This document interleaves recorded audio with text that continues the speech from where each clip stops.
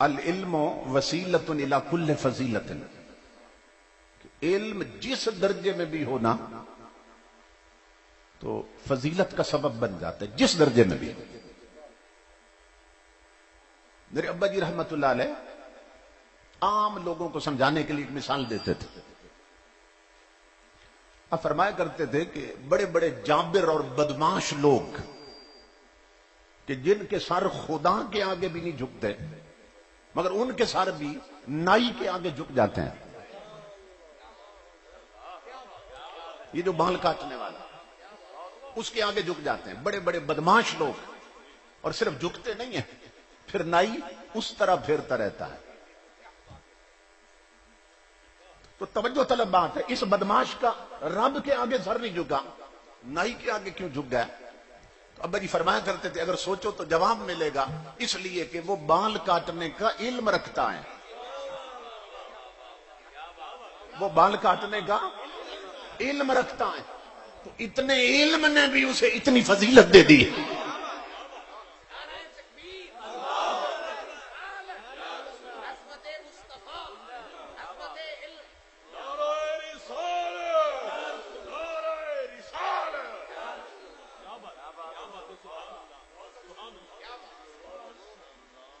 بلکہ قرآن حکیم تو اس سے بھی اگلی بات کر رہا ہے۔ قرآن کہتا ہے ہر کتے سے شکار نہیں کھیل سکتے،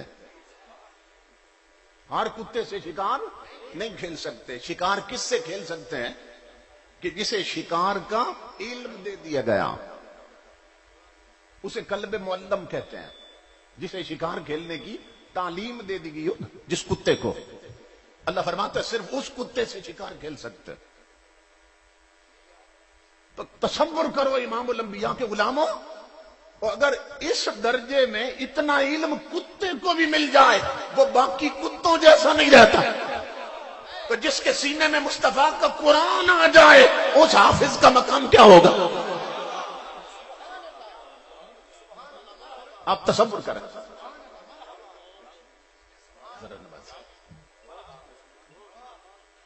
اس کا مقام کیا ہوگا کہ جس کے سینے میں حضور کا قرآن آ جائے اور جو حضور کی شریعت کا عالم بن جائے۔ امام الانبیاء نے فرمایا تھا ہم بھول گئے حضور کا پیغام، ہمارا رخ اور طرف ہو گیا، ہماری ترجیحات اور بن گئی، ہمارے چسکے اور سواد اور بن گئے۔ امام الانبیاء نے فرمایا تھا اے میری امت یاد رکھنا، چار میں سے بننا، چار میں سے پانچواں نہ بننا ورنہ ہلاک ہو جاؤ گے۔ یہ سنیں غور سے حضور کی حدیث ہے، یہ میاں محمد کا کلام نہیں ہے، یہ حضرت محمد کا کلام سنا رہا۔ اسے دل کی تختی پہ لکھو، یہ سیف الملوک نہیں ہے، یہ مصطفیٰ کی حدیث۔ امام الانبیاء فرماتے ہیں میری امت چار میں سے بننا، پانچواں نہ بننا ورنہ ہلاک ہو جاؤ گے۔ آقا کیا بنے؟ امام الانبیاء نے فرمایا اغدو عالمن، اے میرا کلمہ پڑھنے والو، بن سکو تو میری شریعت کے عالم بننا۔ یہ پہلا مطالبہ تھا حضور کا پوری امت سے کہ میری شریعت کے عالم بننا۔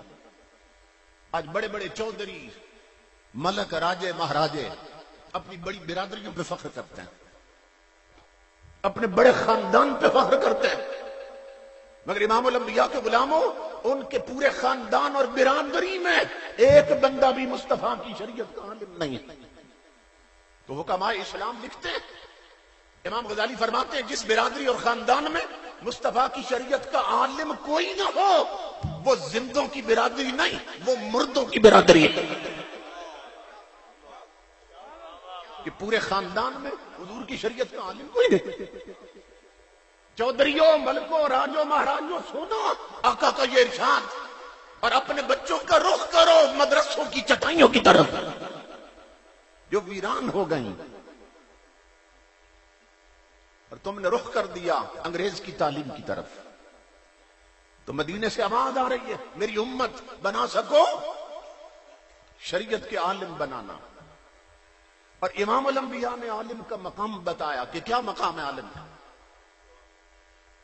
آقا نے فرمایا خلقت السادات من صلبی وخلق العلماء من صدری، تاجدار کائنات نے فرمایا جنہیں تم سید کہتے ہو نا، جنہیں آل رسول کہتے ہو، فرمایا سید مصطفیٰ کی پشت سے نکلے، شریعت کے عالم تمہارے نبی کے سینے سے نکلے.